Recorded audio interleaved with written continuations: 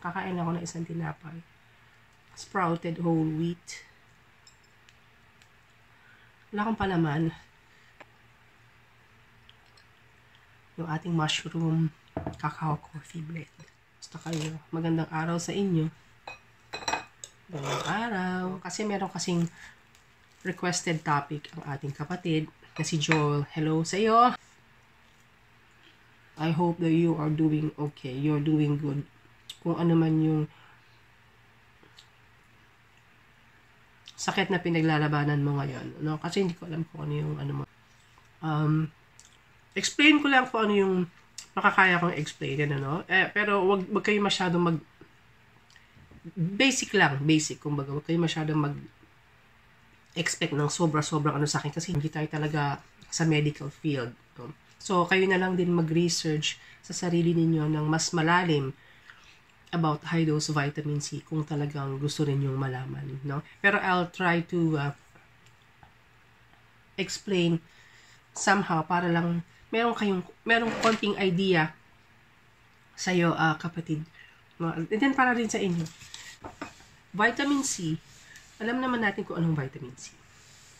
Yun lang talaga yun. Yun lang talaga ang high dose of vitamin C, kung baga, mas malalakas lang na vitamin C na papasok sa katawan mo compared dun sa oral. Kung ano yung vitamin C na pagkakaalam natin na nakakatulong sa ating health.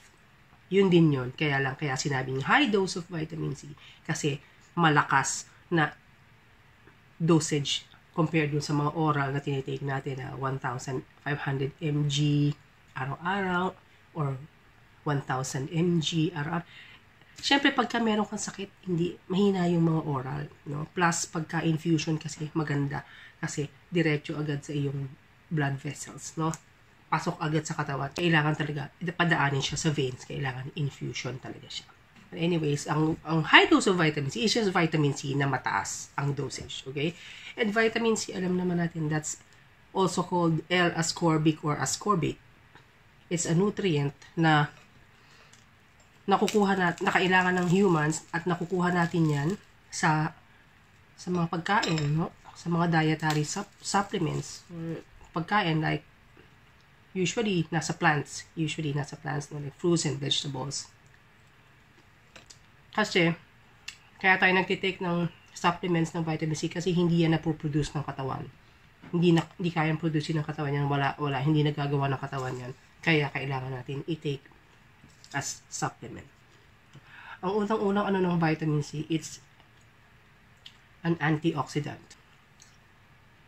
Nagiging weak ang katawan mo, di ba? Nagkakaroon ka ng sakit-sakit, mahina ang katawan mo. Usually, ang antioxidant, magandang i-take natin because it's helping us promote oxidative stress. Imbalance in the production and accumulation of oxygen. Di ba, ganun nga yan, pagka kulang ng oxygen yung katawan natin, nagkakasakit tayo. Diba? Importante yung oxygen sa katawan. Kaya yung oxygen nga sinasabi, di ba, usually pagka may cancer ka, kagaya ng mga ginagawa ko at saka ng mga ibang tao, no? We are taking vegetable juices na pure, di ba? Fruits and vegetable juices na pure because sa plants, lalo-lalo na napakaraming oxygen na makukuha mo para pumasok sa katawan. Pag kulang ng oxygen ng katawan, sakit ang abot natin, ang meron tayo. Kaya rin importante rin yung deep breathing na sinasabi ko yan lagi before, no? Kung kayo, lumabas lang kayo sa bahay nyo, mag-deep breathing kayo. Ayan. Pero lang pagka tinatamad. Okay? Pag tamad ang kalaban mo, mahirap yan. Wala ka namang hirap-hirap to. Pag wala kang ginagawa, take a few minutes, go outside, deep breathing. Okay? Deep breathing, madali lang. Kahit 15 minutes a day. Well, and sunshine, kahit 15 minutes a day. O kung walang sunshine, deep breathing, para lang makakuha ka ng oxygen sa fresh air sa labas, hindi sa loob ng bahay, mas maganda sa labas. Para magkaroon ng oxygen. Imagine mo kung every 15 minutes a day, magdi-deep breathing ka ng fresh air sa labas. Papasok sa katawan mo. Hindi nilalagyan mo ng oxygen yung katawan mo. Hindi ka nauubusan ng oxygen sa katawan. Kaya mas malayo ka, mas gagaling ka kung ikaw may sakit, nakakatulong yun ng malaki sa'yo. Totoo yun. Kayo mag-research kung gusto niyo malaman, pero sinasabi ko lang. So, ang vitamin C, antioxidant din kasi siya, kaya maganda rin siya talaga, lalo na pag mayroong mga sakit. Lalo na sakit. Ang vitamin C, nakakatulong din siyang in making collagen para sa ating katawan. No? Collagen, alam mo naman ang collagen. No? I-research nyo mabuti na maganda yan sa skin, maganda yan kung saan-saan, maganda rin yan sa heart, cardiovascular, para ma-prevent mo rin ng cardiovascular disease, alam mo yun. Maraming ang collagen benefits sa katawan. So, ang vitamin C, it helps in making collagen sa loob ng katawan. Intravenously,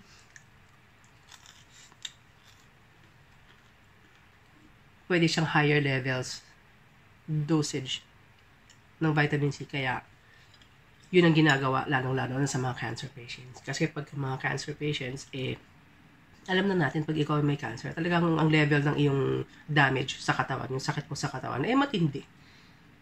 Kaya, usually sa mga cancer patients, pag gusto, hindi naman lahat nagba-vitamin C.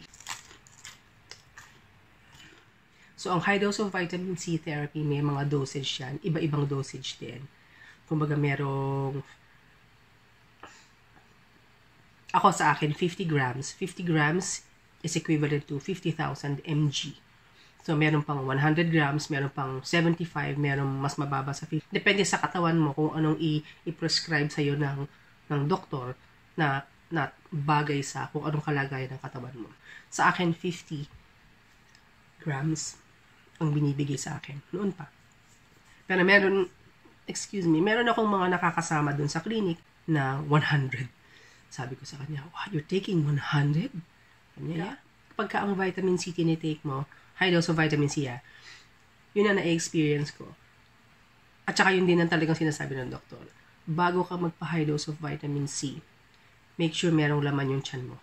Kahit konti, pagkain. Hindi yung walang laman. Kasi once you take the infusion, ang infusion will take about 2 to 3 hours. Depende nga yan sa lakas ng drip na gagawin sa'yo ng doktor. Isahan ka muna sa mabagal ng doktor. Habang tumatagal, pag nakakayanan mo na, lalakasan niya yung drip sa'yo. Kasi pagka masyadong mabilis ang drip, tapos hindi ka pa sanay, ang mangyayari sa'yo, magkakaroon ng side effects sa'yo. Sa akin, hindi naman shakiness talaga.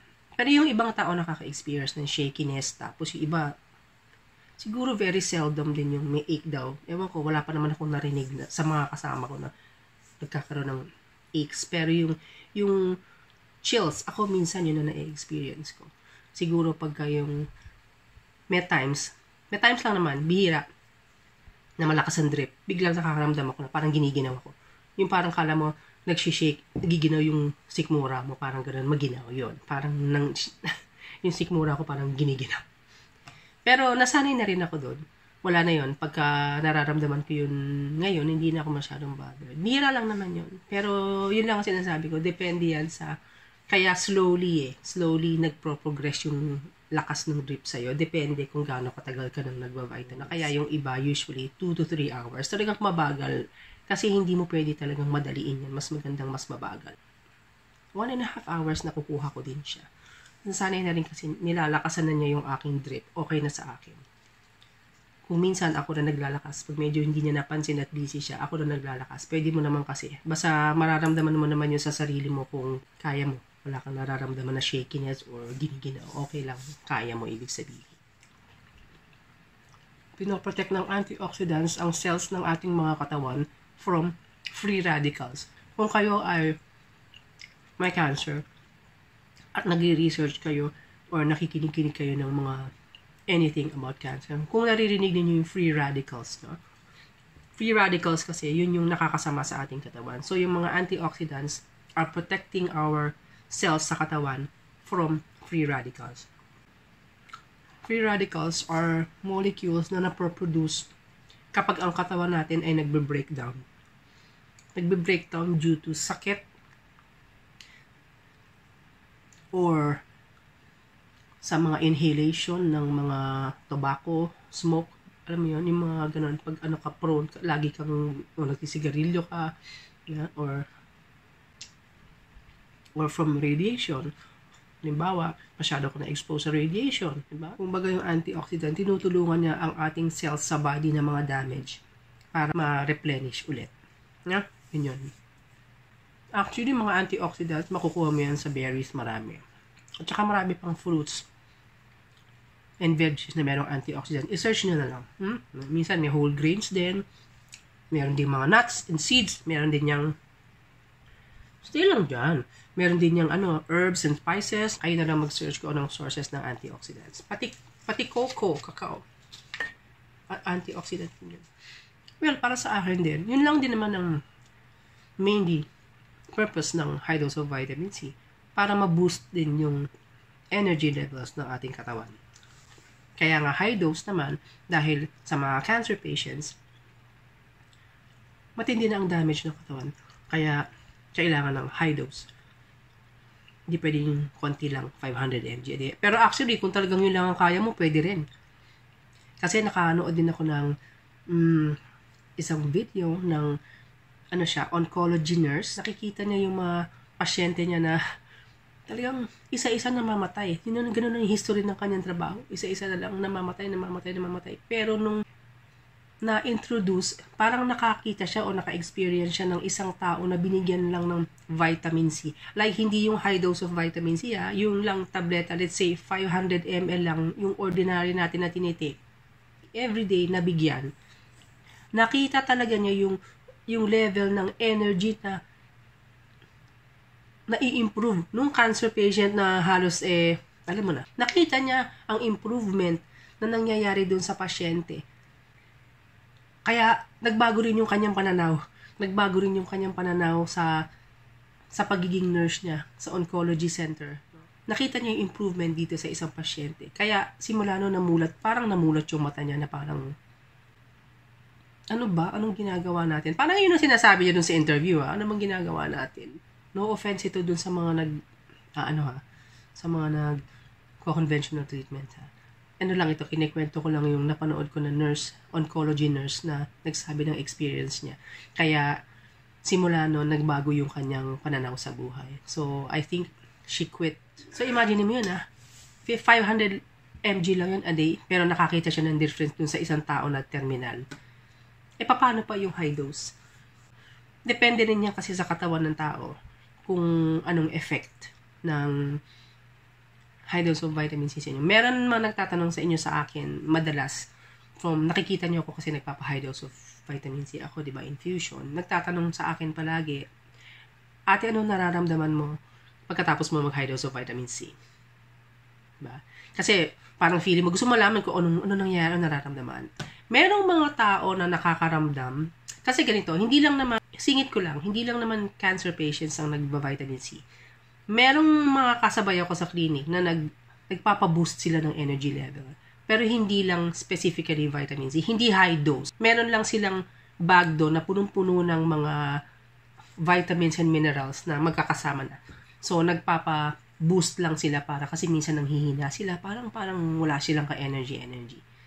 So, marami ako narinig sa kanila na pag nagpapaganon sila, nabuboost naman yung energy levels nila. Normally, pag nagpa-high dose of vitamin C ka, maari mo makita yung effect niyan sa'yo in 4 days. Like, after 4 days mong nag-treatment. 4 days to up to 2 weeks. Usually, dyan mo makikita yung effect sa'yo nun. Pwedeng biglang lumakas yung katawan mo. Basta, whatever it is, kung ano yung makikita mo na effect sa'yo, usually, dun mo mararamdaman. After 4 days to up to 2 weeks. Or, kung naman ang purpose mo is to accelerate yung iyong metabolism or for improvement of your skin, usually, makikita mo mararamdaman mo yung positive effects mga 3 weeks. Mga 3 weeks after the treatment. Depende sa katawan. Pero, ang sakin, in my case, tinatanong mo ako lagi yan. Alam mo, wala akong nararamdaman pagkatapos ko mag-vitamin C. Unang-una sa lahat, hindi naman ako mahina kasi. Never akong naging mahina ang katawan simula nung ako'y na-diagnose. Kaya, hindi ko masabing lumakas ako sa vitamin C. Alam mo yun? Pero alam ko, deep inside, nakakatulong sa akin yung sa skin, no? Lahat ng makakakita sa akin sa videos, nung mapayat na mapayat pa ako, nung years ago, nung talagang mahigpit pa yung diet ko. Talaga, ang ganda ng skin mo.